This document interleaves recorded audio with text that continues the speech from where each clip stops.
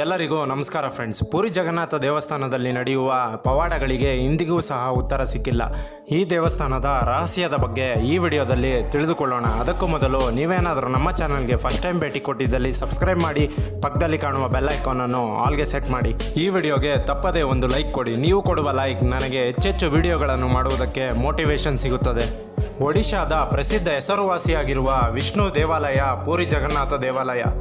ಭಾರತದ ಚಾರ್ ಧಾಮಗಳಲ್ಲಿ ಜಗನ್ನಾಥ ದೇವಾಲಯವು ಕೂಡ ಒಂದಾಗಿದೆ. ಮೋಕ್ಷಕ್ಕಾಗಿ ಕೊನೆ ಉಸಿರೆಳೆಯುವ ಮುನ್ನ ಈ ಪವಿತ್ರವಾದ ದೇವಾಲಯಕ್ಕೆ ಭೇಟಿ ನೀಡುವುದು ಅದೆಷ್ಟೋ ಜನರ ಕನಸಾಗಿರುತ್ತದೆ. ಇಲ್ಲಿ ವರ್ಷಕ್ಕೊಮ್ಮೆ ನಡೆಯುವ ರಥೋತ್ಸವದಲ್ಲಿ ಕೋಟ್ಯಾಂತರ ಭಕ್ತರು ಸೇರುತ್ತಾರೆ. ಮರದಿಂದ ಮಾಡಿರುವ ಈ ದೇವಸ್ಥಾನದ ವಿಗ್ರಹವನ್ನು 12 ವರ್ಷದಿಂದ 18 ವರ್ಷಕ್ಕೊಮ್ಮೆ ಬದಲಾಯಿಸುತ್ತಾರೆ.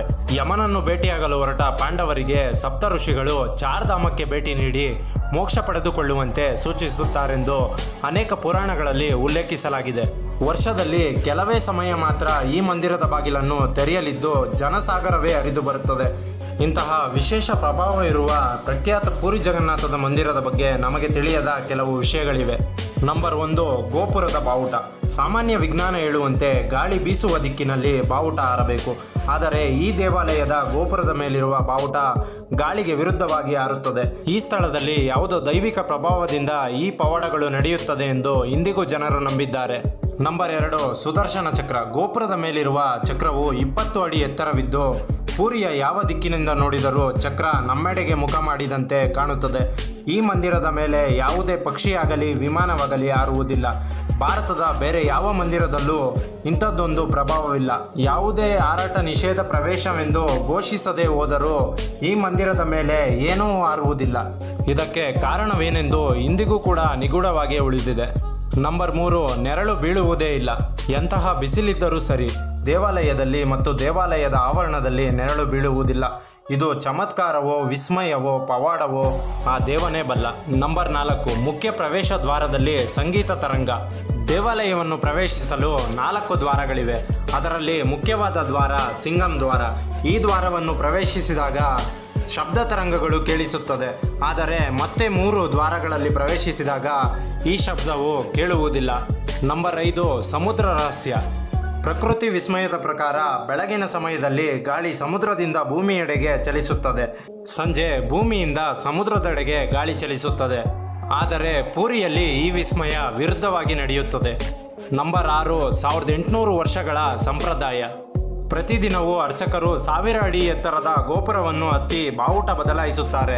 ಅಕಸ್ಮಾತ್ತಾಗಿ ಒಂದು ದಿನ ತಪ್ಪಿದರೆ 18 ವರ್ಷಗಳ ಕಾಲ ಈ ದೇವಾಲಯವನ್ನು ತೆರೆಯುವಂತಿಲ್ಲ ಎಂಬ ಪ್ರತೀತಿ ಕೂಡ ಇದೆ. ನಂಬರ್ 7, ಪ್ರಸಾದ ವಿತರಣೆ. ದೇವಸ್ಥಾನಕ್ಕೆ 2000ದಿಂದ 10,000 ಜನರವರೆಗೆ ಪ್ರವೇಶಿಸುತ್ತಾರೆ. ಆದರೆ ಇಲ್ಲಿ ಮಾಡುವ ಪ್ರಸಾದ ಮಾತ್ರ ಯಾವತ್ತಿಗೂ ಹೆಚ್ಚೂ ಆಗುವುದಿಲ್ಲ ಮತ್ತು ಕಡಿಮೆಯೂ ಆಗುವುದಿಲ್ಲ. ಅಷ್ಟು ನಿಖರವಾಗಿ ಪ್ರಸಾದವನ್ನು ತಯಾರಿಸಲಾಗುತ್ತದೆ.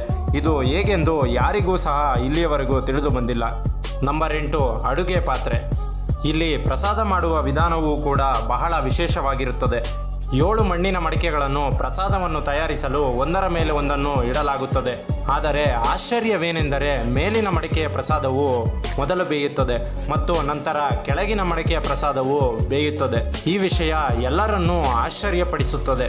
ಸೃಷ್ಟಿಯಲ್ಲಿ ನಡೆಯುವ ಹಲವಾರು ಘಟನೆಗಳಿಗೆ ವಿಜ್ಞಾನವೂ ಕೂಡ ಉತ್ತರಿಸಲು ಸಾಧ್ಯವಾಗುವುದಿಲ್ಲ.